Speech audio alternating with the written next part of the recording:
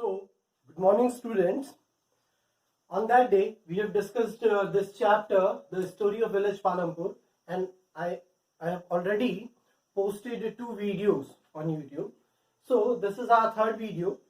हमने उस दिन डिस्कस किया था about green revolution. Actually green revolution ने बहुत ज्यादा एनॉर्मस ग्रोथ की इंडियन एग्रीकल्चर में. Just because of green revolution बहुत ज्यादा एनॉर्मस रैपिड ग्रोथ हुई ग्रीन रेवोल्यूशन की वजह से इंडियन एग्रीकल्चर में. बट देखिए, हर एक चीज के अगर पॉजिटिव पॉइंट्स होते हैं तो उसके नेगेटिव पॉइंट्स भी होते हैं, मींस प्रोज एंड कॉन्स. तो just like that we will going to discuss. अब हम डिस्कस करेंगे drawbacks of green revolution. But जैसे कि हमने देखा कि ग्रीन रेवोल्यूशन ने जो उस टाइम पे इंडिया की कंडीशन थी in early 1960s, that means the period of 1961 to 1965, decade की बात कर रहे हैं तो उसमें अर्ली पार्ट जो था, तो MS स्वामीनाथन जो हमारे मिनिस्टर ऑफ एग्रीकल्चर थे at that point of time, उन्होंने मिस्टर नॉर्मन को इनवाइट किया था, who is known as father of green revolution. तो इनिशियली हमने बहुत अच्छी ग्रोथ अटेन की in agriculture, but later on उसके जो हमें ड्रॉबैक्स झेलने पड़े, वो ड्रॉबैक्स क्या है. Let's see drawbacks of green revolution. So as you can see here, green revolution was a short-lived boon and it had brought disastrous repercussions such as. So green revolution एक short-lived boon. boon stands for वरदान. तो हमारे लिए एक वरदान तो था ये, लेकिन ज्यादा लंबे टाइम तक के लिए नहीं. और इसके जो रिपरकशंस मींस रिजल्ट्स, जो इसके कॉन्सिक्वेंसेस थे वो बहुत ही डिजास्टरस रहे. अब वो डिजास्टरस कॉन्सिक्वेंसेस क्या है, I have written few of those. इसमें से भी मैंने यहाँ पे सिर्फ 4 ही लिखे and later on I wrote those points, I right those points, sorry. So first one, overuse of water through tube-wells and other water pumping devices depleted water table. What is water table? First of all, water table क्या होता है? Underground water का जो level है that is water table. देखिए, अर्थ पे जो total area है उसकी मोर देन 70% पे वाटर है. वाटर ने मोर देन 70% अर्थ का जो सरफेस है वो ऑक्यूपाई कर रखा है. अब ये जो टोटल वाटर है, अगर इसको हम 100 में कन्वर्ट करते हैं तो उसमें से 96.5 अकॉर्डिंग टू एनसीईआरटी के अकॉर्डिंग 96.5 वाटर क्या है, saline that is salty in nature. अब उसके अलावा जो बचा 3.5%, उसमें से भी 2.5% वाटर जो है वो फ्रेश वाटर है. बाकी एनवायरमेंट में in you can say soil, in various organisms, इनमें वाटर प्रेजेंट है. तो 2.5% जो वाटर है जो in different water bodies as well as Antarctica as well as Arctic, जो north pole and south pole के जो पोर्शंस है, यहाँ पे जो फ्रोजन वाटर है, water is in frozen form in these 2 areas present है.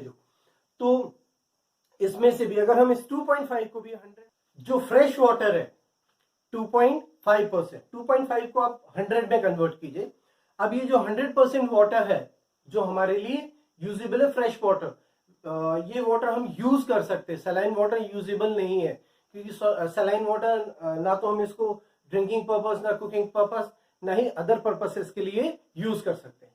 तो हम फ्रेश वाटर ही यूज कर सकते हैं. अब उसमें से मैक्सिमम वाटर जो है वो फ्रोजन फॉर्म में, दैट इज 68%. 68% वाटर कैसे है, फ्रोजन फॉर्म में. अब बचा 32%, जिसमें से 1.2% fresh water surface run off water है in the form of rivers, ponds, lakes and other fresh water जो सरफेस पे है, अर्थ सरफेस क्रस्ट पे है जो. अब बचा रिमेनिंग 30.8%. 30.8% वाटर जो है वो अंडरग्राउंड है, means under the ground, beneath the earth crust के नीचे. अब जो अर्थ क्रस्ट के नीचे वाटर, इस वाटर का जो लेवल है दैट इज वाटर टेबल. तो अब वाटर टेबल जो है वो डिप्लीट हो रहा है, क्योंकि हम मैक्सिमम जो कल्टीवेशन करते हैं अपनी फील्ड्स में, जो हम कल्टीवेशन करते हैं वो इरिगेशन की हेल्प से करते हैं. और इरिगेशन जिनके पास भी है, irrigation means tube wells and other water pumping devices, वो अंडरग्राउंड वाटर को ही पंप आउट करते हैं with different water pumping devices such as tubewells, pump set and all. तो हमने क्या किया, just because of green revolution अब हमने वाटर को ड्रॉ करना स्टार्ट किया. We are drawing out water from underground level. इससे क्या हो रहा है कि वाटर टेबल धीरे धीरे डिप्लीट होता जा रहा है और नीचे जाते जा रहा है. तो अब आपको पता है, वैसे टू बी ऑनेस्ट वाटर एक ऐसा रिसोर्स है जो अर्थ से एंड नहीं हो सकता. Not a single drop of water, not a single drop of water अर्थ के एटमॉस्फेयर से बाहर नहीं जा सकता. बट वही बात है सैलाइन एंड फ्रेश वाटर की. तो ये वाटर सैलाइन वाटर में कन्वर्ट हो रहा है, क्योंकि जब रेनफॉल होगी तो ये वाटर उन एरियाज में जाएगा जहां पे सीज एंड ओशन धीरे धीरे स्ट्रेच हो रहा है. देखिए यूपीएससी लेवल पे जब आप पढ़ेंगे तो सीज एंड ओशंस में जो स्ट्रेच आ रहा है, जो इनका एरिया है वो इंक्रीज हो रहा है, एंड जो फ्रेश वाटर के एरियाज है वो डिक्रीज हो रहे हैं, इनको हम कंटिन्यूअसली एक्सप्लॉइट कर रहे हैं. फर्स्ट पॉइंट हुआ ये हमारा. Second one, continuous cultivation of commercial and cash crops like paddy, wheat reduced the soil's fertility and made soil deficient in certain minerals. अब देखिए आप क्या कर रहे हैं, हम क्या कर रहे हैं, particularly Haryana, Punjab and western Uttar Pradesh as well as Andhra Pradesh which is top cultivator of paddy as well as West Bengal, Bihar region. तो क्योंकि यहाँ पे एलिवियल सॉइल की प्रेजेंस ज्यादा है, रेनफॉल ज्यादा है, क्योंकि आपको राइस की कल्टीवेशन है नेक्स्ट स्टैंडर्ड नेक्स्ट ग्रेड, आप 10th ग्रेड में आ जाएंगे जब, देन यू विल स्टडी कि पैडी को कितनी रेनफॉल रिक्वायर्ड है. तो पैडी को यानी कि राइस को ज्यादा रेनफॉल रिक्वायर्ड तो इन एरियाज में होता है. तो इन पर्टिकुलर एरियाज में ये कमर्शियल क्रॉप्स हैं जिनकी कमर्शियल वैल्यू सबसे ज्यादा है. क्यों सबसे ज्यादा हम कंज्यूम क्या करते हैं, paddy and wheat. Entire Asia की जो स्टेपल क्रॉप है, सबसे ज्यादा यूज की जाने वाली क्रॉप या सबसे ज्यादा कंज्यूम की जाने वाली क्रॉप कौन सी है, राइस, पैडी यू कैन से. तो पैडी का cultivation as well as Indians, जो north Indians particularly we are the north Indians, हम सबसे ज्यादा व्हीट कंज्यूम करते हैं which is also a staple crop. तो इन दोनों की कल्टीवेशन में हम क्या कर रहे हैं सर, पर्टिकुलरली इनको ही कल्टीवेट कर रहे हैं क्योंकि कमर्शियल वैल्यू इनकी हाई है, तो मार्केट में ये easily we are able to sell these out. तो इससे क्या हो रहा है कि सॉइल पर्टिकुलरली कुछ खास न्यूट्रिएंट्स जो पैडी और व्हीट को चाहिए उनमें डेफिशिएंट हो जा रहे हैं, क्योंकि कंटिन्यूअसली हम सेम क्रॉप कल्टीवेट कर रहे हैं. अगर आप एक ही क्रॉप बार बार कल्टीवेट करोगे तो प्रॉब्लम क्या स्टैंड करेगी कि सॉइल से ये क्रॉप सेम न्यूट्रिएंट एक्सट्रैक्ट कर रही है, बाकी न्यूट्रिएंट्स वहां जो अवेलेबल है वो और इंक्रीज हो रहे हैं, बट जो न्यूट्रिएंट इन क्रॉप्स को चाहिए वो कंटिन्यूअसली एक्सट्रैक्ट करती जा रही है. तो उन पर्टिकुलर न्यूट्रिएंट्स में, उन मिनरल्स में सॉइल डेफिशिट होती जा रही है, कमजोर होती जा रही है. Next one, use of fertiliser and other chemicals polluted underground water. अब आप ये जो केमिकल्स यूज करते हैं, पेस्टिसाइड है, वीडिसाइड है, इंसेक्टिसाइड है, ये क्या कर रहे हैं, जब आप इनको यूज करते हो, मतलब when we use to fertilise our land, जब हम अपने फार्मिंग लैंड को फर्टिलाइज करते हैं, pesticides we use to spray pesticide, weedicide and insecticides, तो क्या होता है, ये वाटर के साथ मिक्स होकर पर्कुलेट, सीप डाउन होता है, यानी कि इनका रिसाव होता है, ये अंडरग्राउंड वाटर तक पहुंच जाते हैं, फिर ये अंडरग्राउंड वाटर को पॉल्यूट करते हैं, and which is not good for our health. Because देखिए जब आप अंडरग्राउंड वाटर को पंप आउट करोगे for our personal uses, cooking and drinking purpose के लिए, तो उसमें वो केमिकल्स होंगे and it will affect our health. Clear. Next one, chemicals like pesticides, insecticides and weedicides are responsible for the destruction of bacteria and other microorganisms which are essential for soil's health. अब आप देखिए जो आप ये pesticide, insecticides as well as weedicides use करते हैं, तो इनसे क्या होता है, कुछ पर्टिकुलर, देखिए एज वी ऑल नो हमारी बॉडी में अच्छे और बुरे दोनों बैक्टीरियाज होते हैं. दैट्स वाई डॉक्टर्स हमें सजेस्ट करते हैं कि हमें एंटीबायोटिक्स नहीं लेनी चाहिए ज्यादातर, क्योंकि ये बुरे बैक्टीरियाज को मारेंगे तो ये अच्छे बैक्टीरियाज को भी मारेंगे. तो सॉइल के साथ भी सेम केस होता है. अगर आप पेस्टिसाइड या इंसेक्टिसाइड स्प्रे करेंगे तो ये क्या करेंगे, ये बुरे बैक्टीरियाज को and those micro organisms and organisms which are not good for soil and crops health, उनको ये मार देंगे, बट ये अच्छे बैक्टीरियाज को भी मारेंगे. So that's why use of fertilizers and chemicals in excessive amount made soil acidic, in result with endangered future of agriculture, or you can say future of Indian agriculture. अब क्या हुआ, हमने बहुत ज्यादा फर्टिलाइजर्स एंड ऑल ये use कर लिए, chemicals. अब इनके एक्सेसिव यूज से क्या हुआ, सॉइल एसिडिक हो गई। सॉइल का एसिडिक हो जाना, देखिए पीएच लेवल होता है, आप लोग वैसे ही केमिस्ट्री में पढ़ते हैं कि सॉइल का पीएच लेवल होता है 7 से ऊपर नहीं होना चाहिए, 7 से नीचे नहीं होना चाहिए। एसिडिक ये न्यूट्रल है, 7 इज न्यूट्रल। तो अगर 7 होता है लेवल, थोड़ा अप एंड डाउन चलता है, जहां पे सॉइल जितनी ज्यादा एसिडिक या जितनी ज्यादा बेसिक हो जाएगी नेचर में, जितनी ज्यादा हो जाएगी उसकी फर्टिलिटी उतनी रिड्यूस हो जाएगी और उसकी क्रॉप प्रोडक्शन क्वालिटी जो है, क्रॉप प्रोडक्शन एबिलिटी जो है वो रिड्यूस हो जाएगी। तो just because of use of these chemical fertiliser soil की फर्टिलिटी रिड्यूस हो गई है, जिससे कि हमारे इंडियन एग्रीकल्चर का फ्यूचर एंडेंजर्ड है या यू कैन से खतरे में। Next one, it also created a problem for the farmers to attain same quantity of production. Farmers are bound to use higher quantity of fertilizers because soil's productivity is depleting season by season, year by year. It's quite simple. ये पहले इससे जो पहले हमने point discuss किया, इससे ये straight relate करते हैं।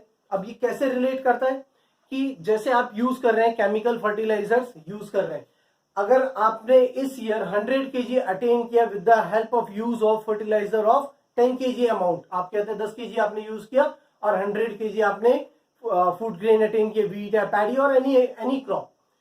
If you want to attain same quantity of production next year और इन नेक्स्ट सीजन, अगर अगले सीजन में सेम क्वांटिटी अगर आप अटेन करना चाहते हो, then you have to use higher quantity of fertiliser.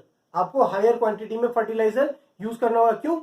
Day by day soil अपनी फर्टिलिटी लूज करती जा रही है, सॉइल की जो कैपेबिलिटी है, नेचुरल एबिलिटी, वो रिड्यूस होती जा रही है। देखिए एक क्लियर सिंपल सा एग्जांपल है, सपोज आप मतलब you are not able to walk, आप चल नहीं सकते हो एंड आपको कोई सहारा दे रहा है, तो धीरे धीरे क्या होता है, आपकी डिपेंडेंस उसके ऊपर इंक्रीज होती जाती है। वैसे ही सॉइल अपनी फर्टिलिटी को खुद मेंटेन करती है, नेचर है। अब नेचर को आपने क्या यहाँ पे एक हेल्प प्रोवाइड की, एक सहारा प्रोवाइड किया in the form of fertiliser, मतलब सॉइल को।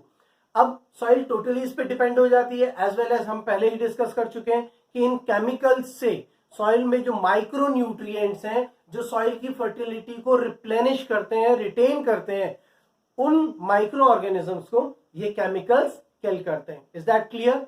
There are lot many other points. अब देखिए इसे इनडायरेक्टली रिलेट करने वाले कुछ पॉइंट्स और हैं कि जो क्रॉपिंग पैटर्न है वो डिस्टॉर्ट हो गया है। मींस पहले जो क्रॉपिंग पैटर्न हुआ करता था कि हम सॉइल की फर्टिलिटी को मेंटेन करने के लिए क्रॉप रोटेशन करते थे, कि क्रॉप्स को रोटेशन में लगाना, पल्सेस को कल्टीवेट करना, क्योंकि pulses, you know about pulses in 10th standard when you will study that chapter agriculture, 4th chapter of geography, उसमें पल्सेस का टॉपिक आएगा। उस टॉपिक में आप ये पढ़ेंगे कि पल्सेस आर लेग्यूमिनस क्रॉप्स। अब लेग्यूमिनस क्रॉप्स क्या कौन सी होती हैं? Leguminous crops are those crops जिनके रूट नोड्यूल्स में, जड़ें जो होती हैं पेड़ की, उनमें गांठें होती हैं, नोड्यूल्स। इन नोड्यूल्स में पर्टिकुलरली नाइट्रोजन फिक्सिंग बैक्टीरियाज होते हैं, nitrogen fixing bacteria such as rhizobium and there are some other bacterias है कुछ, आप बायो टीचर से इसको मतलब कंफर्म कर सकते हो, वो बता देंगे आपको। तो जो पल्सेस हैं ये लेग्यूमिनस क्रॉप्स हैं, और लेग्यूमिनस क्रॉप्स में रूट नोड्यूल्स में राइजोबियम बैक्टीरिया होता है जो एटमॉस्फेयर से नाइट्रोजन को फिक्स करता है सॉइल में, एटमॉस्फेयर से नाइट्रोजन को सॉइल में फिक्स करता है, क्योंकि हम नाइट्रोजन को सॉइल में डायरेक्टली मिक्स नहीं कर सकते, we are not able to do that. हाँ, कुछ प्रोसेसेस के थ्रू हम फर्टिलाइजर्स को, नाइट्रोजीनियस फर्टिलाइजर्स जैसे यूरिया एंड ऑल दैट आपने सुना होगा, लेकिन ये क्या है, ये केमिकली प्रोड्यूस्ड है। अब chemically produced fertiliser and other chemical pesticide and all that, ये क्या करते हैं, ये सॉइल की हेल्थ को बिगाड़ देते हैं। तो जो चीज नेचुरल प्रोसेस से होती आ रही है, उसको अगर हम ह्यूमन एफर्ट से करेंगे तो ऑब्वियस सी बात है एक डिसबैलेंस क्रिएट हो जाएगा, एक इम्बैलेंस क्रिएट हो जाएगा नेचर में। Is that clear? चलिए आगे चलते हैं। Next, distribution of land. मैंने 2 टॉपिक्स ऑलरेडी मेंशन कर दिए। क्यों? क्योंकि डिस्ट्रीब्यूशन ऑफ लैंड जो है ये हम पहले ही डिस्कस कर चुके हैं। टोटल लैंड कितनी है पालमपुर में? 200 हेक्टेयर। टोटल फैमिलीज कितनी है पालमपुर में? 450 families are there. Out of these 450 families 150 families कौन है? एससीज STs. They don't have land, they do not own land, ये लैंड ओन नहीं करते। They use to live in one particular corner of the village, ये village के एक corner में रहते हैं, क्योंकि आपको पता है just because of rigidity of our caste system they are not allowed to mingle with us, जो अदर जो high caste and all that. मैं नहीं मानता, यू ऑल नो, जो मेरे स्टूडेंट ये जानते हैं, बट इनको हमारे साथ मिंगल होना अलाउड नहीं। That's why they used to live in one corner of the village as well as. अब बची 300 फैमिलीज। अब 300 फैमिलीज में से 240 फैमिलीज ऐसी हैं, 240 फैमिलीज ऐसी हैं जो less than 2 hectare land own करती हैं, लेस देन 2 हेक्टेयर लैंड। अब इसके अलावा रिमेनिंग 60 फैमिलीज बची हैं यहाँ पे। And at the beginning of the chapter वहां पे एक लाइन मेंशन्ड है पर्टिकुलरली कि मैक्सिमम जो लैंड आउट ऑफ 200 हेक्टेयर, जो मैक्सिमम लैंड है वो 80 हाई कास्ट फैमिलीज ओन करती हैं। सो रिमेनिंग जो बची इसमें 60 फैमिलीज जो है more than 2 hectare land own करती हैं। And more than 2 hectare land में से इनमें से भी कुछ फैमिली है ऐसी, कुछ there are only few families which you are able to count them on your fingers, मतलब कुछ ही फैमिलीज हैं जिनको आप कह सकते हैं जो 10 हेक्टेयर या उससे ज्यादा लैंड ओन करती हैं। So this is the distribution of land in Palampur. But हाँ, इस डिस्ट्रीब्यूशन से देखिए कुछ चीजें हैं ऐसी जिनको हमें पढ़ना जरूरी है। मैं अभी एक अलग से एक आपके लिए वीडियो अपलोड करूंगा, then I will tell you why we are discussing these things in 9th standard and all that, इसके क्या बेनिफिट है एंड ऑल दैट, ये सब मैं आपको बताऊंगा। बट इससे टॉपिक से डिविएट ना होते हुए आगे चलते हैं। इससे डीफ्रैगमेंटेशन एंड ऑल, जो लैंड का डीफ्रैगमेंटेशन हुआ है, आपको पता है राइट ऑफ इनहेरिटेंस, जैसे आप हैं या मैं हूं, तो मेरे फादर की जो लैंड है, मेरे और मेरे ब्रदर और सिस्टर्स के बीच में, हम सभी के बीच में ये लैंड डिवाइड होगी। अब इससे क्या होगा? फ्रैगमेंटेशन हुआ, लैंड का फ्रैगमेंटेशन, फ्रैगमेंट्स में लैंड डिवाइड हो गई। तो यही चीज बाकियों के साथ भी हो रही है, those who are living in India. तो यही चीज तो यहाँ पे पालमपुर में भी होगी। तो फ्रैगमेंटेशन ऑफ लैंड क्या करता है? लैंड की प्रोडक्टिविटी को रिड्यूस करता है, और उसकी प्रोडक्टिविटी मींस प्रोडक्शन एबिलिटी। अब लैंड छोटे छोटे पार्ट्स में, चंक्स में डिवाइड होता जाएगा, एंड एट लास्ट प्रॉब्लम और ज्यादा सीवियर हो जाएगी कि लैंड से कल्टीवेशन नहीं हो पाएगा। बट बात यहाँ पे इसकी भी नहीं है। यहाँ पे मैक्सिमम लोग 75% ऑफ पॉपुलेशन कैसी है? जो लैंड पे, एग्रीकल्चर पे डिपेंड करती है अपनी लाइवलीहुड के लिए। अब एक फैमिली जो है, मान लिया जाए less than 2 hectare land own करती है। एक एग्जांपल भी आपके बुक में गिवन है कि एक पर्सन है, उनके 3 सन्स है, वो 2.25 हेक्टेयर लैंड ओन करते हैं। अब तीन बेटों में अगर लैंड डिवाइड होगी, थिंक अबाउट इट, क्या लैंड होगा उनके पास? बहुत कम क्वांटिटी होगी उनके पास लैंड की। अब इतनी कम क्वांटिटी में अपनी लाइवलीहुड को मेंटेन करना, अपनी फैमिली को नरिश करना, दैट्स नॉट पॉसिबल। तो fragmentation is also not good.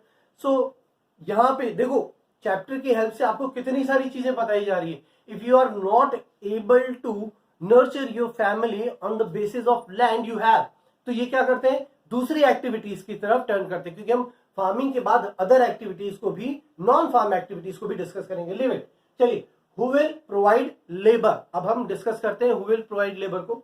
So यहाँ पे जो टोटल जो फार्मर्स की पॉपुलेशन है, फार्मर्स की पॉपुलेशन को 3 पार्ट्स में डिवाइड किया गया।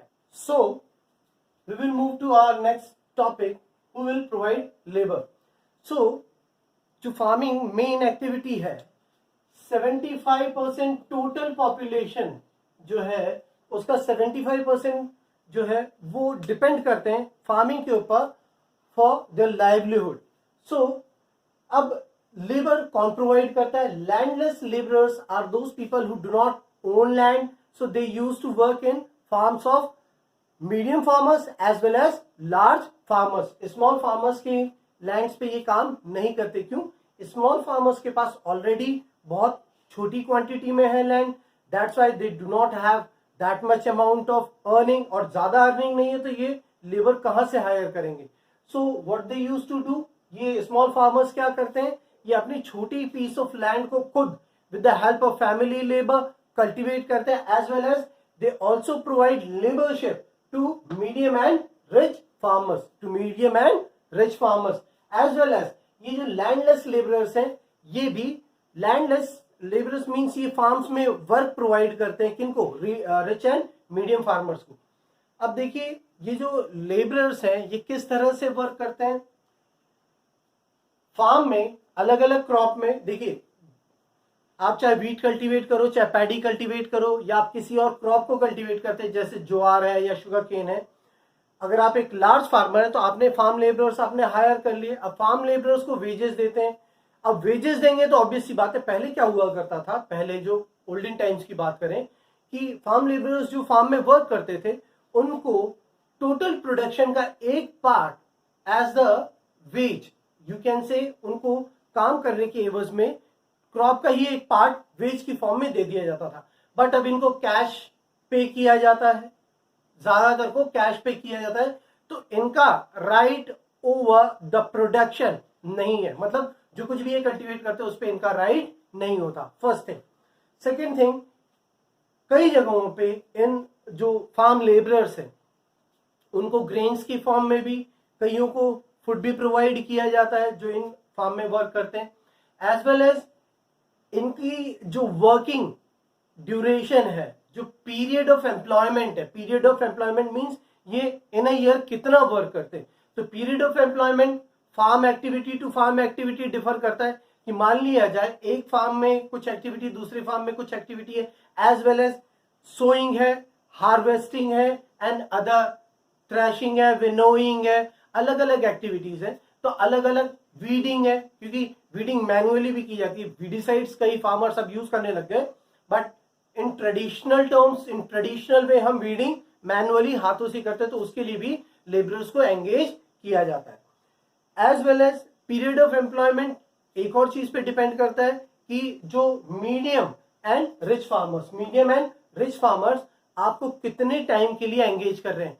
वो क्या आपको किसी एक फार्म एक्टिविटी के लिए एंगेज कर रहे हैं, सोइंग के लिए, हार्वेस्टिंग के लिए, थ्रेशिंग के लिए, विनोइंग के लिए, वीडिंग के लिए, और यू कैन से watering the plants, that is irrigation, उसके लिए आपको एंगेज किया जा रहा है। इसीलिए जो पीरियड ऑफ एम्प्लॉयमेंट है ये वैरी करता है। Is that clear? Okay, I would like to conclude our topic here and we will start next topic